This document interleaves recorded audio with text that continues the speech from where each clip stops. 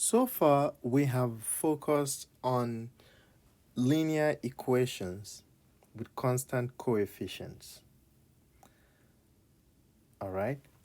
So, we want to take a look at a particular kind of linear equation that doesn't have constant coefficients, and that is the Cauchy-Euler equation. The Cauchy-Euler equation has this form: an x to the power of n y n, where yn is the n derivative of y, plus an minus 1 x to the power of n minus 1 yn minus 1, all the way to a1 x y prime plus a0 y is equal to g of x, where the an minus 1 all the way to a0 are constants. Okay, so for instance, we can now have a second order Cauchy-Euler equation. So a second order Cauchy-Euler equation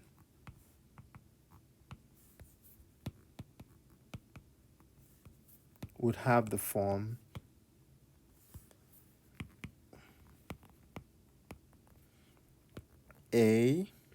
let's say a2x y double prime plus a2x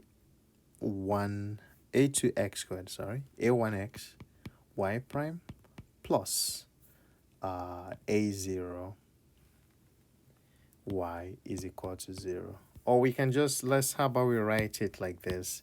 Instead of the a2, let's just call it ax squared y double prime plus bx y prime plus cy is equal to 0. Okay, so this is the kind of equation we're going to focus on in this video. We're going to focus on second order Cauchy-Euler equation. Okay, so let's assume the equation has solutions of the form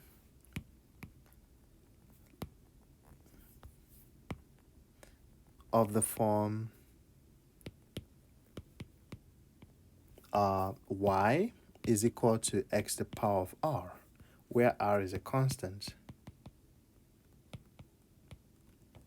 So how do we solve this?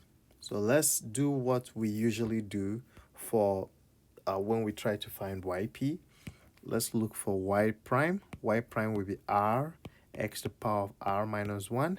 And then y double prime would be r times r minus 1 times x to the power of r minus 2, right? And then let's plug back into this, right? Substitute back into that. Let's substitute into asterisk.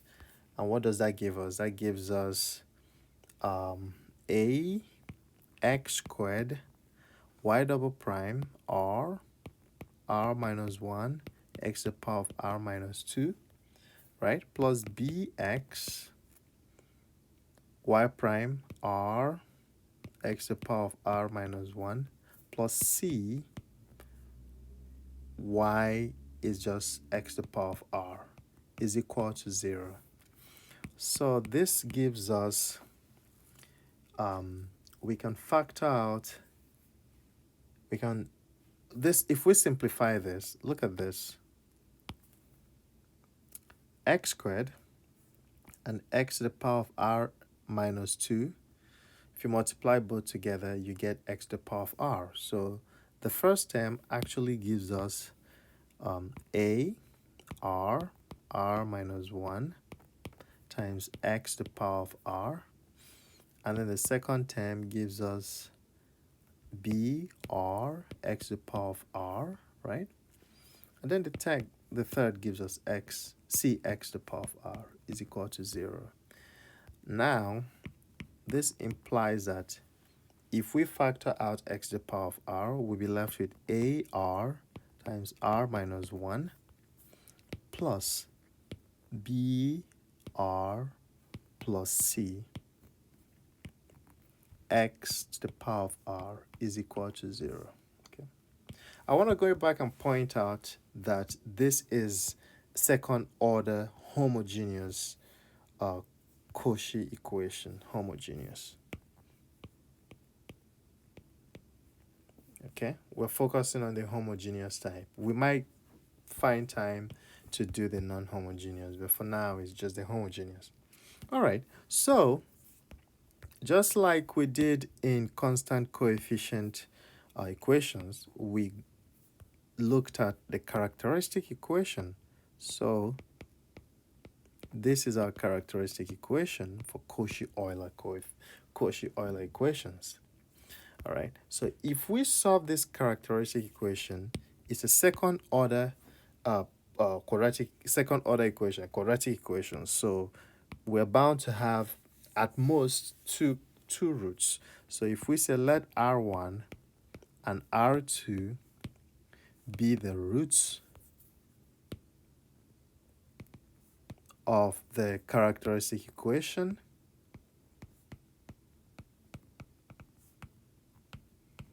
if it is the root, then let's look at what happens. Case 1, right? Case 1, let's assume that R1 is not equal to R2. They are different, and both of them are real numbers. Then our general solution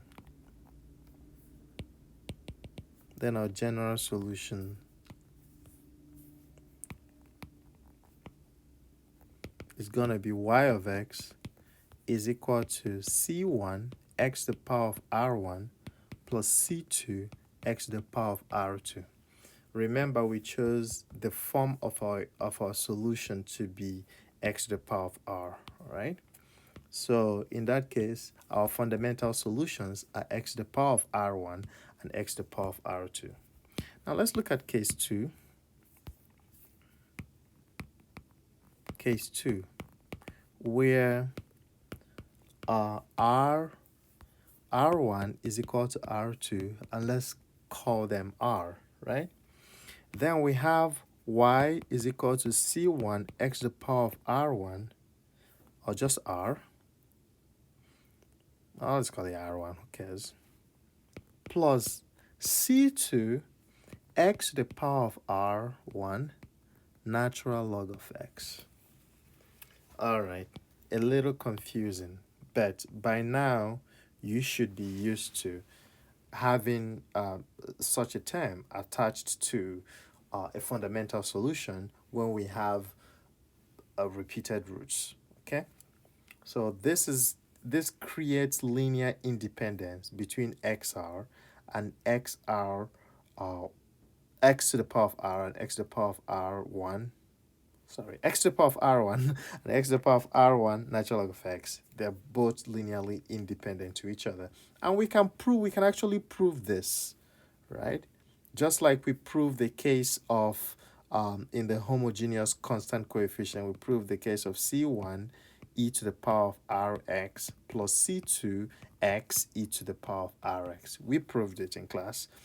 If you're taking my course, we did it in class. But the same method can be used to prove this one. And if you need help doing it, let me know. I'll help you out. All right, so that's our general solution. Let's put it there. All right, then we have case 3. Case 3, if R1 is alpha plus beta I, and R2 is its conjugate, alpha minus beta I, then the general solution will be y of x is equal to x to the power of alpha, then c1 cosine of beta natural log of alpha x plus c2 sine of beta natural log of x. We can also prove this, but that's not the focus of this video. All right, we would like to go ahead and do, I'd like to go ahead and do an example now. Example. Let's solve 2x squared y double prime plus 3x y prime minus y is equal to 0. So we need a characteristic equation, right?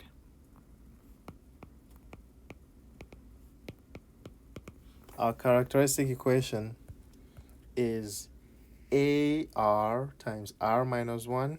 What is our A? Our A is 2. So this is our A. This is our B. And our C is negative 1. So let's take our characteristic equation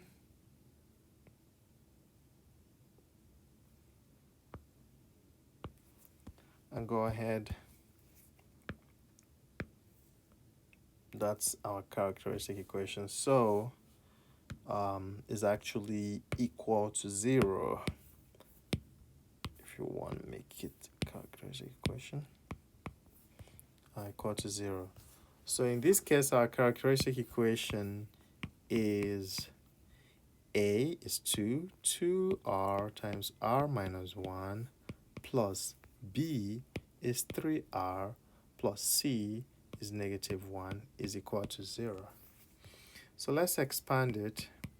We have 2r squared minus 2r plus 3r minus 1 is equal to 0.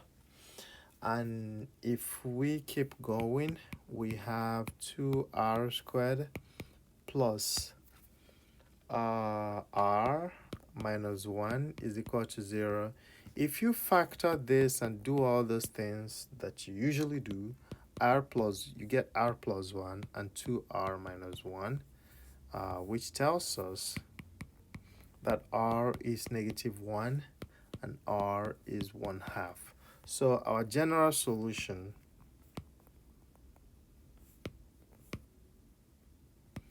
is y is equal to c1 x to the power of r1 is negative 1, plus c2 x to the power of r2 is 1/2. So that's our general solution for this Cauchy-Euler equation. I think one example is enough. I will see you in class. If you are taking the class, I'll see you in the next video. All right.